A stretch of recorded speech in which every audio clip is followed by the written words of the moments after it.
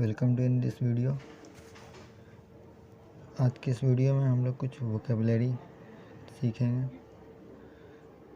उनके उर्दू माने और इंग्लिश में उसके क्या मतलब होते हैं।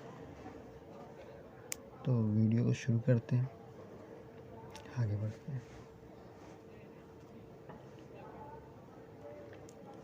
पहला वर्ड हमारा जो है वो नाइट्रोजेनियस है।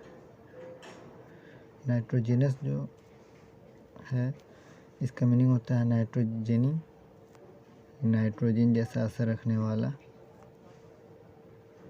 या नाइट्रोजन शामिल होना। 3 इसके मीनिंग हैं। दूसरा वर्ड जो है वो हमारा ग्लोसरी है।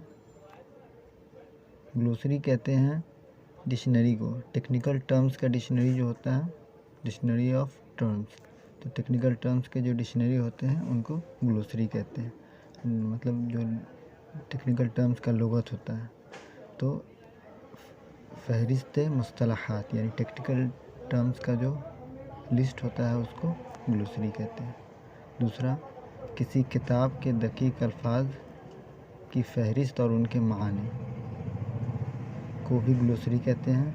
दूसरा, फरहंग, हाशिया, शरह, किताब लुगत ग्लोसरी को ही कहते हैं। तो नेक्स्ट वर्ड देखते हैं, रिजल्टिंग इन नियरली, नतीजे में तकरीबन।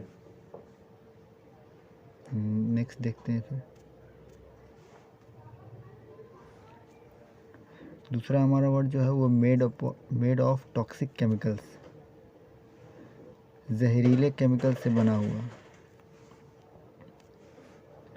नेक्स्ट, फ्रीक्वेंटली मीन्स होता है अक्सर या बार बार, मुसलसल, गालिबन, और या बार बार अक्सर जाना या थोड़े थोड़े वक्फे के साथ। ये इसका फ्रीक्वेंटली का मीनिंग है। और इंग्लिश मीनिंग इसका है ऑफन यानी अक्सर, मैनी टाइम्स यानी बहुत बार, एट शॉर्ट इंटरवल्स थोड़े से वक्फे पर। तो नेक्स्ट वर्ड देखते हैं। नेक्स्ट वर्ड हमारा आइडल है। आइडल मीन्स परछाई, महबूब, माशूक, सनम, बुत, मूर्ति या प्यारा। मतलब a person who is loved, admired और रिस्पेक्टेड अ लॉट, उसको कहते हैं हम लोग आइडल। जो